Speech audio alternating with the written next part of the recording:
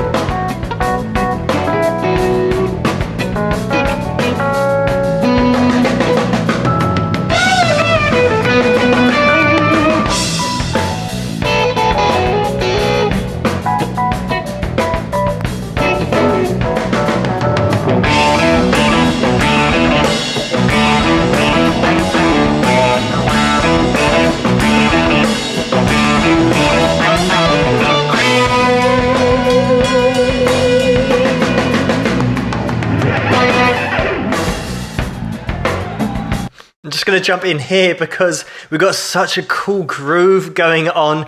I mean, straight from the first kind of minute, you already know that this is going to be great just because of how tight the band is. Just the way that John and Warren are exchanging lines here. Obviously, in the strict melodic parts of the track, they're going to be playing the same line, effectively the riff, but you still get to differentiate between their two sounds because of the tones, but also because John's playing with his fingers, so he's going to be getting a different sound to Warren, who's actually flat picking at the moment, but then John's going to be getting into some flat picking later as well. Another thing that's going to set the two sounds apart, of course, is the expression that each player has got, and most noticeably here, John with that slower, wider vibrato than Warren's actually using slightly faster vibrato. So you get a different expression from each guitarist, and that's always going to be the case. You'll never really find two players that absolutely match vibrato. It's one of those things that is so unique to each player. If they did match the frequency of vibrato, you'd get almost like a chorus effect because it is so perfectly matched, whereas that never happens. Each player has always got their own expression going on. And I've just queued it forward because this video is actually over 17 minutes long, so I'm not going to have time to look at the whole performance. But last night I did a video on Warren Haynes and Derek Trucks as well, the Allman Brothers Band, and check out that video if you want to look at some of Warren's playing. But we're just going to be having a little look at John here, and this is where the dynamics are starting to open up a little bit. So he's letting go here, and as you can see, he's now doing a little bit of flat picking but also hybrid picking in there now and again. But let's check out how John gets on.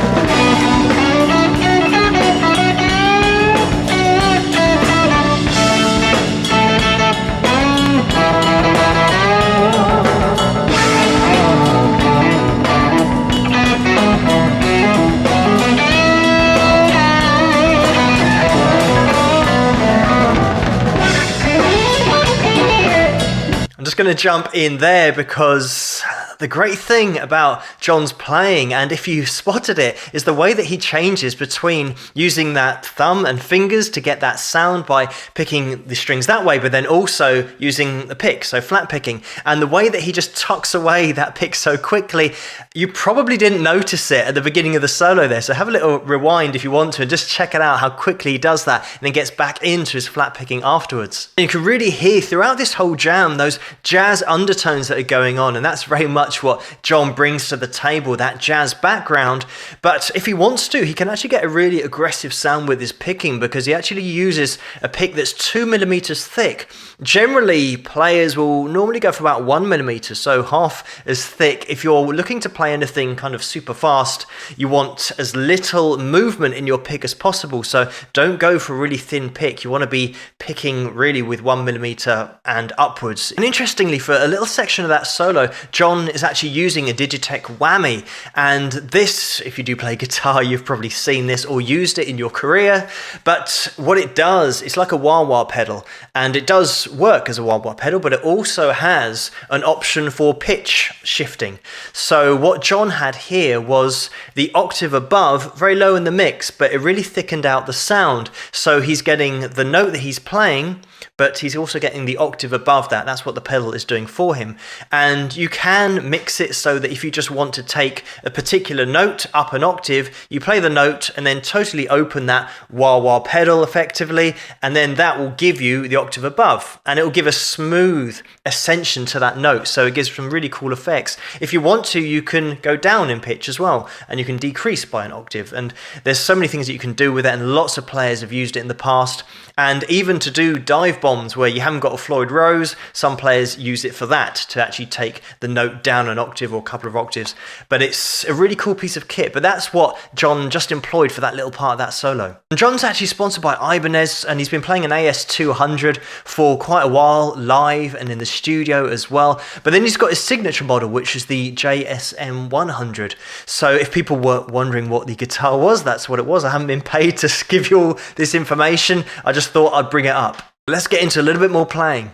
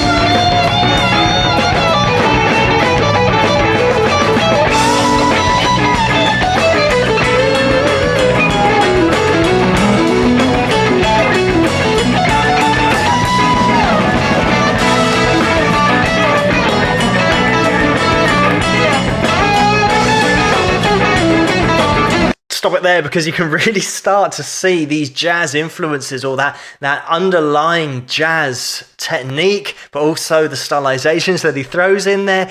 As you could see, all of those that were watching out for the way that he palms that pick, because right at the beginning of the solo, John put that pick away, started playing with his fingers, but then got into flat picking. Just before this last section, again, he's palmed that pick. He just does it so coolly, so quickly. Another thing that I want to draw your attention to is the way that John was tapping in those notes with that first finger. Of course, because he had the pick palmed, it meant his first finger was free in order to do that. Of course, if you do play holding the pick between your first finger and thumb, you can always tap with your second finger and your third finger.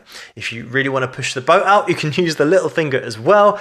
But here, John, using that first finger, it brings up an interesting point, because a lot of people, when they tap in notes with the right hand, They then try and vibrato with that right hand, and a lot of people can struggle to get the same expression with that right hand as they get with their vibrato on the left hand. But then John does a great job here of showing you what you can do by tapping in with the first finger or second finger, whichever finger you're using, it doesn't matter, and then vibrato as you normally would do with your first finger or your third finger or your second finger, whichever one you're using at the bottom on that left hand. Use that to do the vibrato, and your first finger will go with the vibrato. You don't have to just use one finger to do that, and that goes across the board. So some people that struggle with doing vibrato with their little finger, put your third finger underneath it, because of course you're not going to hear it because the string's being fretted higher up, or use your first finger or second finger. Some people actually put on all of their fingers underneath that little finger to help with the vibrato, so that all of their fingers beneath the little finger are vibratoing, and the little finger's not really doing anything. It's just holding down the string higher up whilst the rest of them apply that vibrato. So that's just a little tip for anybody that might be struggling, just something you can do, and just John's technique there just really showed you how to do it. Some of the runs that John throws together with that jazz background, you just absolutely don't see them coming. And the way that he just gets into these octaves as well, really cool transitions, the way that he just gets into flat picking and then straight into that effective finger style here. So really just change up the sound. Obviously it's going to change up the dynamics. I'm just going to do something quickly talking about dynamics, as I always do. The top bands have always got a great appreciation of dynamics. I'm just going to run it back to the beginning.